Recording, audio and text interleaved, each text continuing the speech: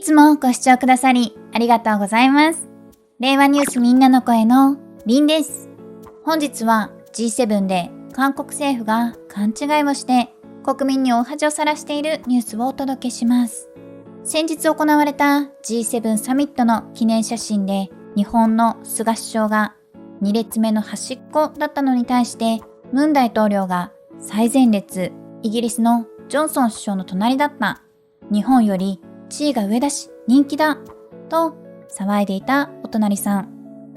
この写真を韓国政府が誇らしげに国民に発表して話題になりました。写真1枚で見る大韓民国の地位。この場所、この姿が大韓民国の地位です。我々がここまで来ました。苦難の時間を克服した偉大な国民の血と汗の滲む努力の結果です。感動的です。すべて国民のおかげです。大韓民国政府というメッセージを国民に公表した韓国政府。今回の G7 での最大の目的はワクチン取得だったようですが、中国に対する踏み絵を踏まされ、北朝鮮に対する踏み絵を踏まされ、コバックス国なのにコバックスに出資という意味不明なことをさせられ、日本と対話をしたかったのに菅首相にはほぼ無視をされて、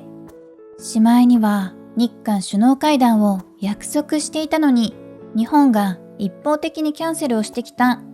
と逆ギレ。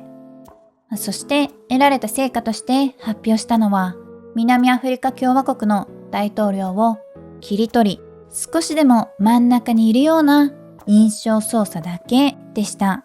政府の切り取り行為に関して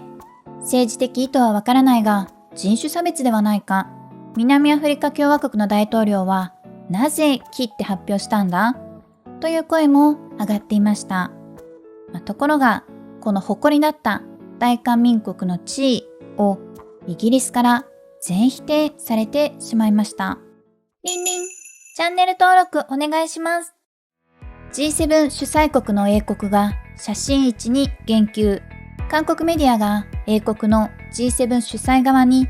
G7 首脳会議で団体写真でムン・ジェイン大統領が最前列に立った理由を問い合わせた結果、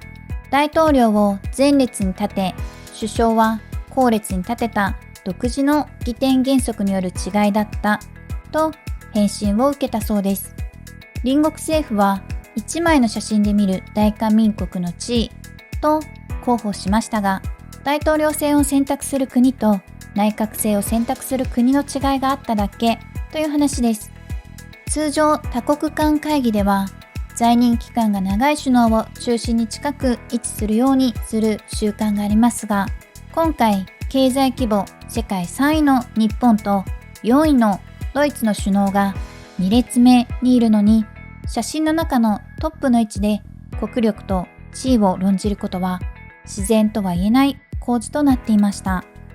韓国人、先進国韓国は議長国の隣に、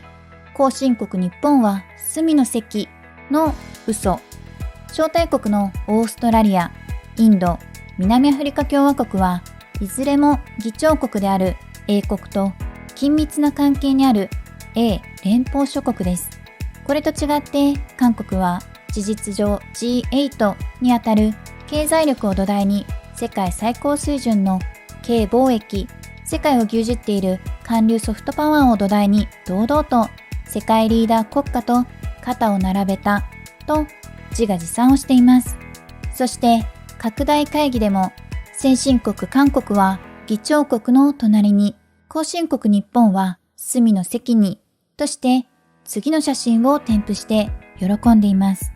この写真は G7 の拡大首脳会議で議長国である英国首相の隣席を米国のバイデン大統領と指名、変化した大韓民国の地位を誇示したと報道。でもこれは招待国は議決権を持たない拡大会議の写真であり、菅首相は写っていません。その次の写真はムン大統領が参加できない G7 本会議の画像です。本会議の写真にはムン・ジェイン大統領は参加資格がなく、参加はタブーです。あたかも同じ会議であるかのような席の報道は韓国の評価を上げるというこれは笑ってしまう手前味噌の報道です。ムン・ジェイン大統領は G7 首脳会議中の12日に3回の2国間首脳会談をこなして、各国の首脳たちから訪問の要請を受けるなど、殺到するラブコールに時間を過ごしたそうです。そして、米国で菅首相が行ったことをパクったコロコロワクチン製薬会社であるアストラゼネカのパスカル・ソリオグローバル最高経営者は、ムン大統領が泊まっているロンドンのホテルを訪れ、ムン大統領と面談したそうです。コロコロ以降再編される国際秩序の中で、韓国が経済と民主主義をいずれも守り抜いた模範国家として国際的地位が高まった結果と解釈されると報道されています。経済と民主主義をいずれも守り抜いた模範国家だそうです。以下はあまりにもバカバカしいので省略します。リーン。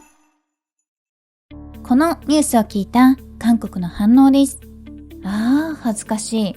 ムン・ジェイン政府は写真1枚で国家の地位云々して国民を騙している。あいつらがすることは共産主義式の悪質な欺瞞戦術で宣伝扇動だ。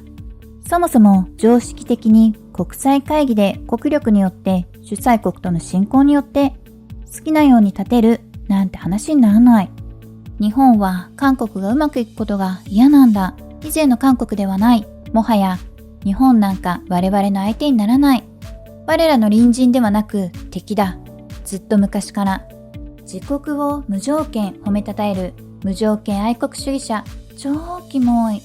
むしろ地球最強国家が韓国だと言えばよかったのに、やっぱり錯覚に陥っている民族らしいね。議長国の隣だと聞いて国の品格が感じられますね。G7 に招待され参加したのもすごいのに、席の選定さえ上座である。G7 参加国である日本の菅首相が座っている席の位置と比較してみろ。あいつの表情がどれだけ腐っているか見てみろって。続いて日本のみんなの声です。韓国人の自画自賛ホルホル、なんでも都合よく解釈して日本より上でありたいと願う悲しき民族ですね。我が国は関わらない、助けない、無視をするでいいんです。すぐバレる嘘をつくのが朝鮮人。国際ルール守れず発展途上国を支援する金もやる気もなく平気で嘘をつき、あっちこっちに告げ口外交に躍起になっている韓国なんぞ G7 参加の価値などない。体調包囲網なのに足引っ張るスパイを入れるか。あちらさん、世界のために何をするかではなく自国の利益のためにどう利用するかなんだもん。聞くは一時の恥、聞かぬは一生の恥。本来裏を取ることは大事なことなんだけど、朝鮮人の特徴として自分の納得のいかない答えが出ると罵る傾向にある。だから上智国家になるんだろうね。G7 拡大論に反対した日本をこき下ろすような報道もされていましたが、日本だけが反対をしているわけではないです。G7 に出席しても座席や記念写真の立ち位置を気にする報道ばかりの隣国なので、世界からは呆れられているんじゃないかなって思います。皆さんはどう思われましたか？今日も最後までご視聴くださりありがとうございました。コメントで何度か聞かれて、デスクの上に乗っかってるものなのですが、